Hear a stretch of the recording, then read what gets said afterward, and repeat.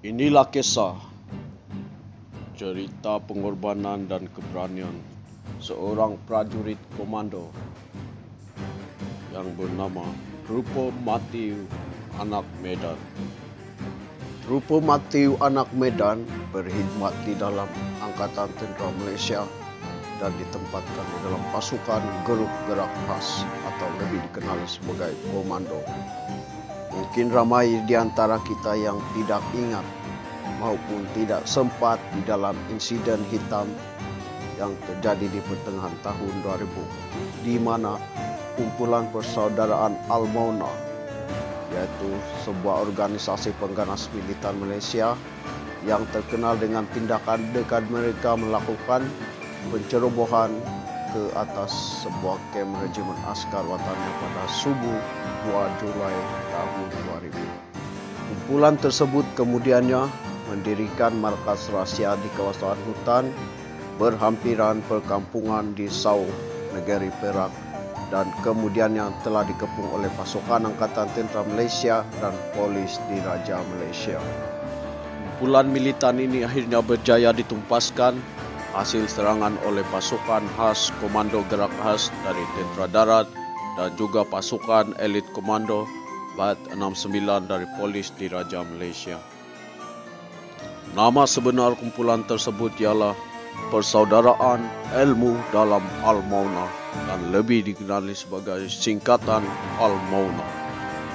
Kumpulan tersebut turut mempunyai laman web yang menerangkan bahawa Al-Mauna ialah sebuah pertubuhan yang mendalami ilmu persilatan yang menggunakan tenaga dalam dan mempelajari ilmu perubatan tradisional Islam.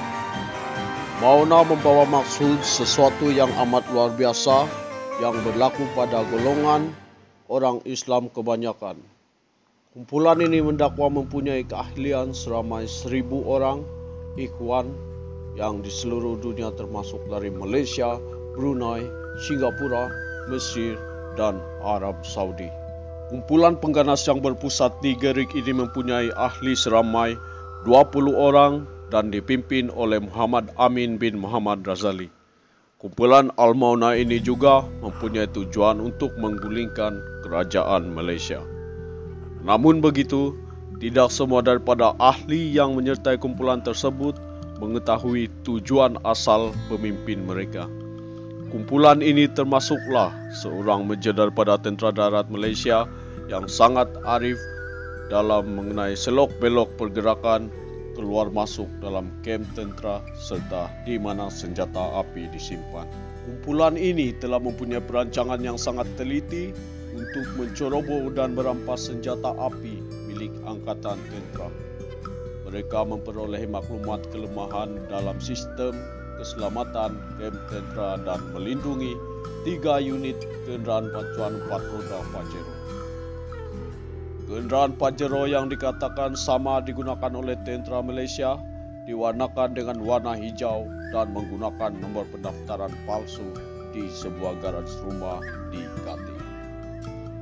Untuk digunakan khas sebagai kenderaan masuk kumpulan tersebut. Pada awal pagi 2 Julai tahun 2000, suasana sunyi siapa sangka di Gerik akhirnya akan membawa kekecewaan di seluruh Malaysia. 20 ahli kumpulan Al-Mauna itu menaiki 3 kenderaan Pajero dan bergerak ke pos 2 kem Kuala Rui pada jam 2.50 pagi dan kemudian ke kem Batalion 304 Regimen Askar Watania pada jam 4.15 pagi. Mereka berkata kepada pegawai kem tersebut dengan alasan ingin mengadakan pemeriksaan mengejut. Dengan memberitahu ingin membuat pemeriksaan kecemasan ke atas jumlah semua peluru yang disimpan di dalam kem tersebut.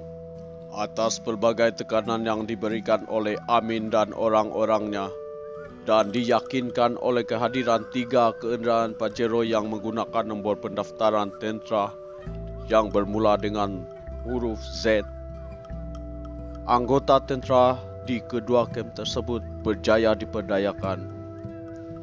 Kumpulan militan Al-Mauna ini telah berjaya melarikan sejumlah besar senjata api dan imunisasi yaitu 97 laras rifle M16, 2 laras rifle Steyr AUG, 4 senjata mesin gun kegunaan ARM GPMG, 6 laras mesin gun ringan, 5 pelancar bom tangan M203, 182 kelepak M16, 8 laras tambahan mesin gun kegunaan ARM, 3 laras tambahan mesin gun ringan, 26 bilah pisau bayonet, 9.095 butir peluru berkaliber 5.56 mm dan 60 butir kartus peluru bom tangan berkaliber 40 mm.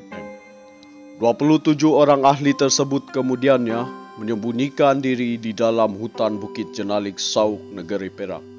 Amin mengagi-agikan semua senjata-senjata yang dilarikan tersebut kepada orang-orangnya untuk dilatih.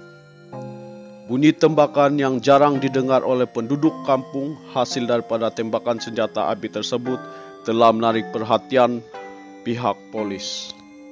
Kumpulan ini juga membuat persediaan untuk menjayakan rancangan mereka, termasuk mengumpul bekalan makanan dan membawanya ke dalam pangkalan mereka di Bukit Jenalik. Bekalan makanan yang diperolehi itu hanya cukup untuk 3 bulan sahaja.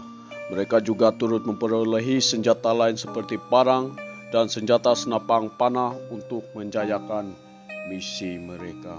Susulan daripada itu, pasukan polis kemudiannya segera dikerahkan mengepung Bukit Jenalik untuk menyekat pergerakan mereka. Kemudian sejumlah anggota pasukan selamatan dihantar untuk menyusup masuk ke dalam perkemahan Al-Mauna. Walau bagaimanapun, 2 anggota polis yaitu Sarjan Muhammad Shah bin Ahmad dan Kopral Detektif Sangga Devan serta penduduk kampung Jafar bin Putih dan seorang anggota komando dari grup gerak khas ATM Grup Pematiu Anak Medan telah dijadikan tebusan oleh Al-Mauna.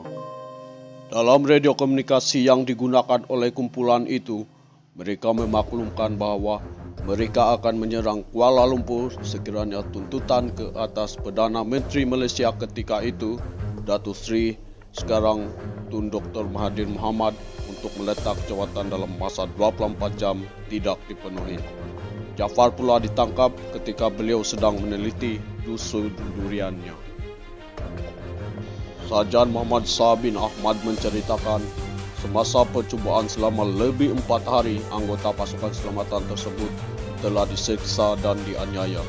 Mereka dipaksa menggali parit di kawasan Bukit Jenalik untuk dijadikan sebagai bubu pertahanan sekiranya pangkalan mereka diserang.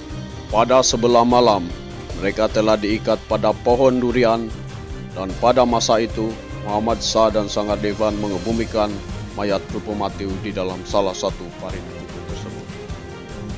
Rupa Matiu yang juga telah menjadi tebusan oleh kumpulan Al-Mauna itu telah diseksa beberapa kali oleh Muhammad Amin kerana dia telah menyedari bahawa Rupa Matiu adalah anggota daripada pasukan keselamatan. Rupa Matiu ditangkap oleh Jemari bin Yusuf dan apabila Amin mengetahui identiti Rupa Matiu, Amin menyiksa Matiu dengan menembak kakinya. Dan dia bertanya, dia datang dengan siapa? Berapa ramai orang? Berapa jumlah pasukan? Namun, Rupa Matiu hanya menjawab, dia datang bersendirian dan dia hanya berseorangan sahaja. Muhammad Amin yang sangat geram dengan jawaban Rupa Matiu, lalu dia menembak lagi sebelah kaki Rupa Matiu. Namun, di masa yang sama, Rupa Matiu masih memberikan jawaban yang sama dan walaupun kedua belah kakinya ditembak, dia tidak jatuh ke tanah, melainkan dia tetap gagah berdiri menahan kesakitan.